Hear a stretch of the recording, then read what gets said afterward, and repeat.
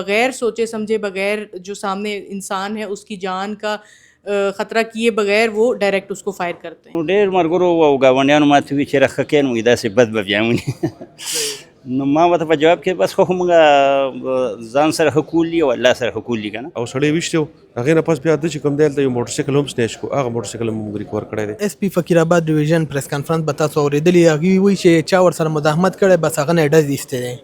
نو تاسو وایئ چې مرګ هم د نږدې نه وکتو د ده خلاف څومره مقدمات درج دي په پېښور کې په ضلع خیبر کې یا په نورو ضلعو کې؟ او ما ته وایي تا باندې ډېر خفه یم زه باندې موټر سایکل لرم د په سنیچنګ کې ملوث و د په 302 کې هم اشتهاري مفرور او دا بس سنیچ کولو. یہ بھی شواہد ہمیں ملے ہیں کہ یہ نشے کی حالت میں یہ اپنی کاروائیاں کرتا ہے. ما ته تمانچه په سر کې وو چې بایک راکا بایک یې رانه بوتلو بس لاړو. بسم الله الرحمن الرحیم. ګران کتونکو زه یم امیر معاویه او تاسو ګورئ وخت ډیجیټل. قدرمنو دا مهال زه موجود یم د ایس پی فقیر آباد ډیویژن په آفس کې. قدرمنو د فقیر آباد ډیویژن پولیس یو اهمه او کامیابه کاروایی په عمل کې راوستې ده. په دغه کاروایی کې هغه خطرناک ملزم گرفتار کړی شوی کوم چې د اسلحه په زور باندې د خلکو نه موټرې موټر سایکلې او قیمتي موبایل فونز وغیره به یې اغسته. په دې سلسله کې به ایس پی فقیر آباد ډیویژن ریشم جهانگیر باقاعده پریس کانفرنس هم کوي. هغوی سره به هم خبرې کوو. ایس ایچ او تانا پاړي پورا رفیق خان سره به هم خبرې کوو. دلته چې کوم مدعیان راغلي هغوی سره به هم خبرې کوو چې د دغه ملزم طریقه واردات سو د ده گرفتاری څنګه په عمل کې راوسته. پوره تفصیل درکو په دې رپورټ کې چرته مزه مونږ سره اوسئ. جی بالکل دا مهال مونږ سره ایس پی فقیر آباد ڈویژن ریشم جہانگیر موجود ہے. دوی سره خبریں کو. شکریہ میڈم. یہ بتائیے گا کہ جو کارروائی فقیر آباد ڈویژن کی پولیس عمل میں لائی ہے اس حوالے سے بتائیے گا. جی یہ تقریباً 14 فروری کی رات کو 2 بجے پولیس کو یہ انسیڈنٹ رپورٹ ہوا کہ صابر خان نامی مدعی نے بتایا کہ ایک نامعلوم کچھ ایک اشخاص آئے ہیں. انہوں نے اسلحے کی نوک پر اس سے نقدی اور گاڑی چھیننے کی کوشش کی ہے. جب انہوں نے مزاحمت کی تو انہوں نے آگے سے فائر کیا. جب یہ انسیڈنٹ رپورٹ ہوا ہے تو رائٹ اوے ہم نے ایف آئی آر رجسٹر کی ہے اور ڈی ایس پی فقیر آباد اور ایس ایچ او پہاڑی پورہ نے اس میں ٹریسنگ کا عمل کا آغاز کیا ہے. جب یہ ہم نے سی سی ٹی وی کے اوپر سی ڈی آر کے اوپر گراؤنڈ انفارمیشن کے اوپر اور پھر مدعی نے جو حلیہ بتایا تھا اس کے اوپر جب ہم نے کام کرنا شروع کیا تو یہ حمزہ نامی ملزم آئیڈینٹیفائی ہوا ہے اور کل ماشاءاللہ پولیس نے اس کو اریسٹ بھی کیا ہے اور اس کی 1 روزہ ہمیں کسٹڈی بھی ملی ہے. اور یہ ایک بین الاضلاعی اور بین الصوبائی گروپ ہے اور ہم ایکسپیکٹ کر رہے ہیں کہ انشاءاللہ فردر انٹیروگیشن میں ہم جو دوسرے گروپ کے ممبرز ہیں ان کو بھی آئیڈینٹیفائی کر لیں گے. یہ جو ملزم گرفتار ہوا ہے اس کے طریقہ واردات سے متعلق بھی بتائیں. یہ ملزم جو ہے یہ اور اس کے جو گروہ کے دوسرے لوگ ہیں یہ اسلحے کی نوک پر وارداتیں کرتے ہیں. جہاں پر کوشش یہ رات کے ٹائم ایکٹیویٹی کرتے ہیں لیکن جب ان کو موقع ملتا ہے تو یہ کوشش کرتے ہیں جو بھی ایزی ٹارگٹ ان کو ملے تو اسلحے کی نوک پر چھینتے ہیں ان سے چیز. اگر وہ آگے سے ریزسٹ کریں تو پھر بغیر سوچے سمجھے بغیر جو سامنے انسان ہے اس کی جان کا خطرہ کیے بغیر وہ ڈائریکٹ اس کو فائر کرتے ہیں. جیسا کہ آپ نے کہا کہ یہ بین الاضلاعی ملزم ہے، اس پر دیگر اضلاع میں بھی ایف آئی آرز وغیرہ ہیں؟ بالکل. جو انیشیل انٹیروگیشن اور کراس چیک ہم نے کیا ہے سی آر او کا ریکارڈ جو ہم نے منگوایا ہے تو یہ خیبر کی متعدد ایف آئی آرز میں یہ مفرور بھی ہے اور بہت سے کیسز میں چلان ہو چکا ہے. نوشہرہ میں اس کا کرمنل ریکارڈ موجود ہے. تو یہ ابھی بھی کیونکہ یہ ابھی ہمیں اس کی کسٹڈی ملی ہے تو ہم دوسرے اضلاع سے بھی رابطہ کر رہے ہیں اور جو اس کا طریقہ واردات ہے جو اس کا لیول آف آفینس ہے مجھے یہ اس بات کا یقین ہے کہ یہ متعدد اور جو اضلاع ہیں ان میں بھی یہ وانٹیڈ ہوگا. اس حوالے سے آپ کیا کہتے ہیں کہ یہ آئس ایڈکٹ بھی ہے؟ بالکل. یہ منشیات کا عادی بھی ہے اور اس کے یہ بھی شواہد ہمیں ملے ہیں کہ یہ نشے کی حالت میں یہ اپنی کاروائیاں کرتا ہے. تو جیسے ہی میں نے آپ کو جیسے بتایا کہ یہ جب انویسٹیگیشن کمپلیٹ ہو جائے گی تو ہمیں زیادہ بہتر اندازہ ہوگا کہ کیا یہ صرف نشے کی حالت میں ہی اس طرح کی وارداتیں کرتا ہے یا پھر اس کا جو منظم گروہ ہے وہ ایک سوچی سمجھی پلاننگ کے تحت ریسیورز اور وہ سارے ایک گینگ کو منظم طریقے سے کر کے کام چلا رہے ہیں. اس کیس میں ریسیورز گرفتار ہوئے ہیں؟ ابھی یہ ہمارا پہلا جو یہ ہم ملزم ہے یہ اریسٹ ہوا ہے اور ہمارا ارادہ یہ ہے کہ انشاءاللہ اس تفتیش کی ساری کڑی کو ہم ملائیں گے. جو ریسیور ہیں جنہوں نے یہ اس کی پورا ایک سسٹم چلا رہے ہیں اس کی چین جو ڈیولپ ہوئی ہوئی ہے گینگ کے جو دوسرے ممبرز ہیں ان سب پہ کام ہوگا اور انشاءاللہ آنے والے دنوں میں میڈیا اور لوگ یہ دیکھیں گے کہ ہم اس پورے گروپ کو بما ریسیور اریسٹ بھی کریں گے اور عدالت کے سامنے پیش بھی کریں گے. آپ کی نگرانی میں جو کمپین جاری ہے غیر رجسٹرڈ گاڑیوں کے حوالے سے اس سے کرائمز میں کمی آئی ہے؟ بالکل. یہ بلا نمبر پلیٹ جو یہ موٹر سائیکلیں ہیں وہ آپ کو پتہ ہے جو سنیچنگ اور جھپٹے کے جتنے انسیڈنٹ ہیں اور ایون جو دوسرے بھی انسیڈنٹس ہوتے ہیں اس میں جو ملزمان ہیں وہ 99% بلا نمبر پلیٹ موٹر سائیکلیں استعمال کرتے ہیں. ہم لوگوں نے اپنی جو کیمپین شروع کی ہے اس میں ہم نے ناکہ بندیوں پہ یہ ڈائریکشن دی ہوئی ہے کہ بغیر نمبر پلیٹ کے اگر کوئی ان رجسٹرڈ موٹر سائیکل آ جاتی ہے تو آپ نے اس کو آگے علاقے میں موو کرنے نہیں دینا. جب موٹر سائیکل وہیں پر رک جاتی ہے اس میں کبھی وہ سنیچرز بھی اس پہ جا رہے ہوتے ہیں, کبھی جھپٹے والے جا رہے ہوتے ہیں. جب اس طرح کے ہم کوئی بندے پکڑتے ہیں تو پھر ہم پراپر ان کا گراؤنڈ چیک کرتے ہیں, ان کا ریکارڈ نکالتے ہیں. اور الحمدللہ اس کیمپین کے بعد نہ صرف یہ کہ ہمیں چوری کی موٹر سائیکلیں ملی ہیں بلکہ ہم نے کچھ اس طرح کی کارروائیاں بھی کی ہیں جس سے ہمیں جو پشاور کے اندر ایکٹیو سنیچرز کے گروپس ہیں ان کے بارے میں انفارمیشن بھی ملی ہے. تو آنے والے دنوں میں انشاءاللہ زیادہ بہتر یہ اس کا اثر پڑے گا. یہ کیمپین ہم رمضان کے آخری ہفتے میں بھی دوبارہ کریں گے اور میرا ارادہ ہے کہ ہر ایک ہفتہ چھوڑ کے دوسرے ہفتے ہم یہ کیمپین کریں تاکہ لوگوں کو بھی آگاہی ہو اس میں, اور جو ایسے جرائم پیشہ عناصر ہیں جو کہ کسی غلط نیت سے روڈ پر نکلتے ہیں ان کی موومنٹ کو ہم کم سے کم کر سکیں. جی بالکل, دا مهال مونږ سره ایس ایچ او تانا پاړی پورا رفیق خان موجود دی. دوی سره خبرې کوو. ډېر مننه د ټایم راکولو. دا راته ووایي جی چې ملزم پورې څنګه ورسېدی, گرفتاری هم څنګه په عمل کې راوسته. دا ویل کېږي چې دا کم ملزم گرفتار کړی شوی دی دا انتهایی خطرناک دی. د به د واردات دوران باقاعده ډز کولو دی کې څه حقیقت شته جی؟ بسم الله الرحمن الرحیم. دا کم ایف آی آر چې موږ سره شوی دی په 14 تاریخ باندې سحر د تقریبا 2:30 بجې بالکل د چې کوم دی کوم څونه واردات کړي دي که هغه په نوشهره کې دي که په هغه په خیبر کې دي باقاعده د خلاف ایف آی آر رجسټر شوي دي. شرط د سره مزاحمت شوی دی هغه ځای کې د فایر کړی دی او کس ویشتلی دی او باقاعده د هغې ایف آی آر خیبر کې هم دلته پېښور کې هم رجسټر شوي دي او انتهایی خطرناک او ډېر ضرري ملزم دی. صحیح دی. دې پورې تاسو څنګه ورسېدی, گرفتاری هم څنګه په عمل کې راوسته؟ دا خو چونکې په هغه ټایم باندې انټریس مقدمه وه او ایف آی آر د انټریس رجسټرډ شو. په هغې باندې موږ بیا ټیکنیکلی کار وکړو, په هغې کې موږ مختلف خلک انټاروګیټ کړو او الله پاک اخره کې موږ له کامیابي راکړه, اصل ملزم ته ورسېدو او د هغه نه څه ریکوري مو شوې چې کوم موټر سایکل یې سنیچ کړی او کوم د ویشتو ټایم کې چې کوم ټایم کې د موټر اغوښتو او سړی ویشتی و هغې نه پس بیا ده چې کوم دی هلته یو موټر سایکل هم سنیچ کړو, هغه موټر سایکل هم موږ ریکور کړی دی. صحیح دی. تاسو سره چې کوم مقدمات د ده خلاف درج شوي دي په هغې کې کم کسان چې دي هغه زخمیان شوي دي؟ موږ سره خو په دغه شپه باندې د یو صابر نومي کس دی چې هغه سرکاري ملازم دی, په هغه باندې اټمپ کړی او د ګاډي غشو دوران کې هغه ویشتی و. صحیح ده. څنګه چې تاسو ویل د بین الضلعي وارداتونه به د کول په مختلف اضلاع کې به د وارداتونه کول, دا راته ووایي چې د ده خلاف څومره مقدمات درج دي په پېښور کې, په ضلع خیبر کې یا په نورو ضلعو کې؟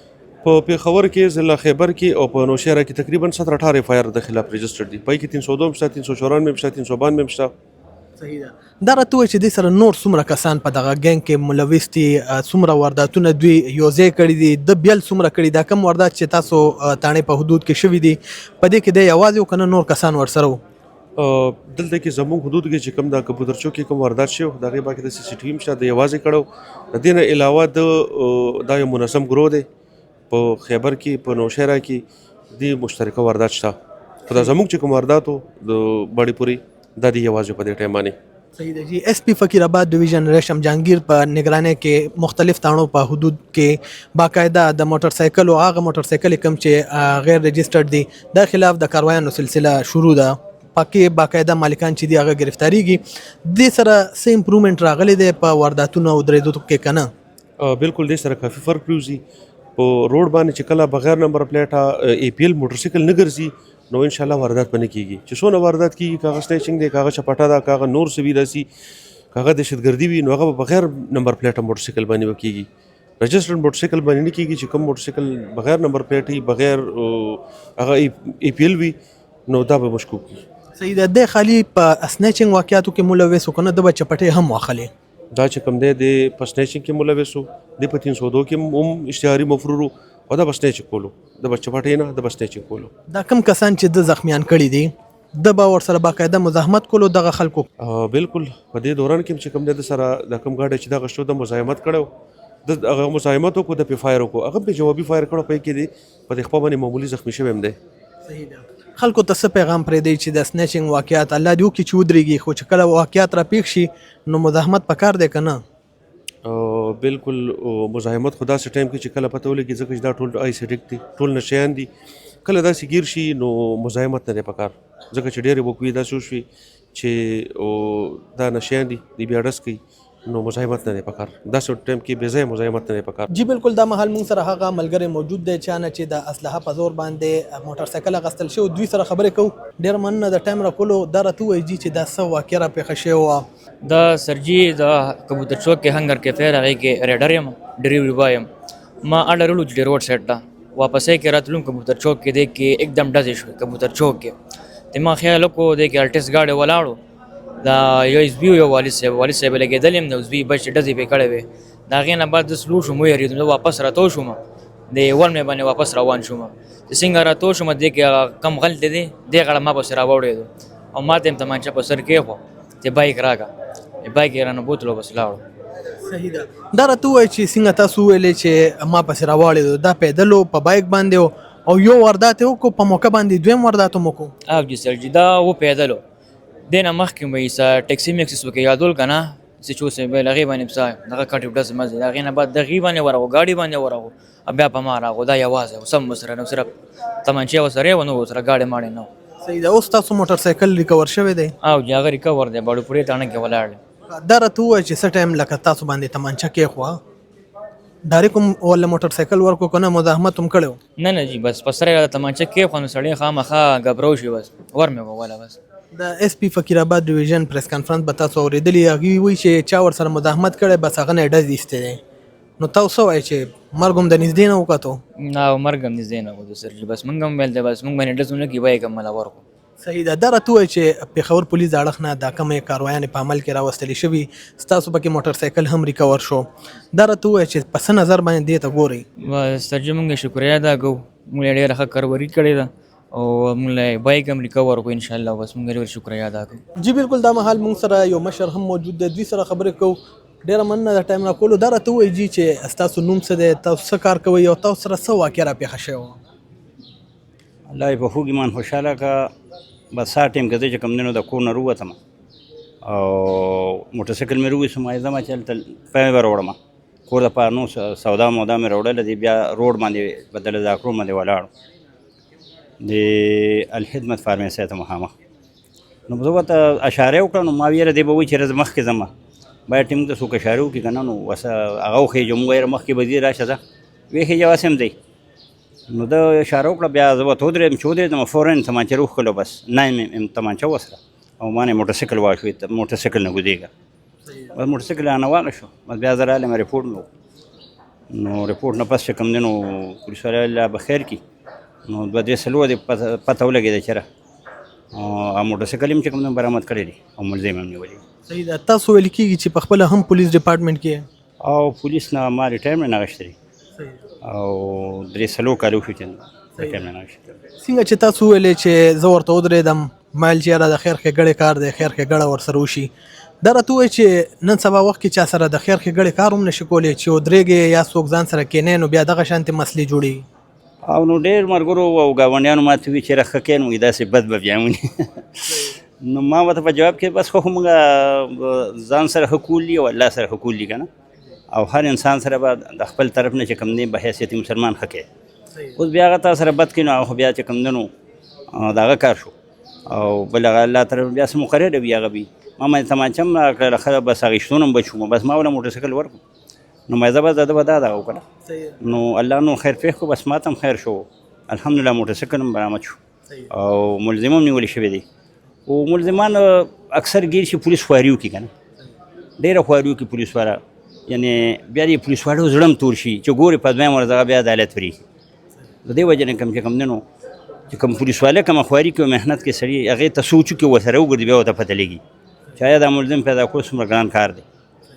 نو الله تعالی چې کوم دی ملزمان پیدا کړه او ورسو شو په خیر سره خو موږ دا وایو چې عدالت هم ورسره آشان کوپریشن نه کوي او کیف کردار ته چې کوم دی ورسي نو ښه وي داسې ملزمان ځکه چې مسلمانانو ته دک ورکوي او مسلمان ته چې دک ورکوي نو هغه الله هم نه خوښوي او د الله رسول هم نه خوښوي هغه انسان د الله هم نه خوښ او د الله د رسول هم نه خوښ نو په دې دنیا چې کوم دی نو دک ورکول دا ډېر انتهایي نو دا اصل کې د هلکان چې معاشره دا سره چې ټول اسمار دي او دا ناصور راغلی و دا ناصور چې کوم دی دا ګورنمنټ چې ختم نه کړي که نه دا استثنا ناصور نو دا به خپله باندې نه ختمېږي چې دا ناسور ختم شو نو به دا خلک به بیا چې کوم دي د هلکان دا جوانان به داسې نه تباه کېږي، نه به غلا ته جوړېږي، هېڅ ته به نه جوړېږي.